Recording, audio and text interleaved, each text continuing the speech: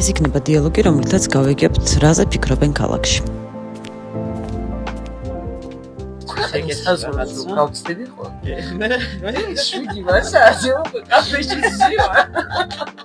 ნაჭამიცო. ყავად დალეული მაქვს რა ვიცი. ნუ აი რაცა ირტანია რა გონი აი რო აღგებდი რასაზე ისაში საჯადობაში წავიდე.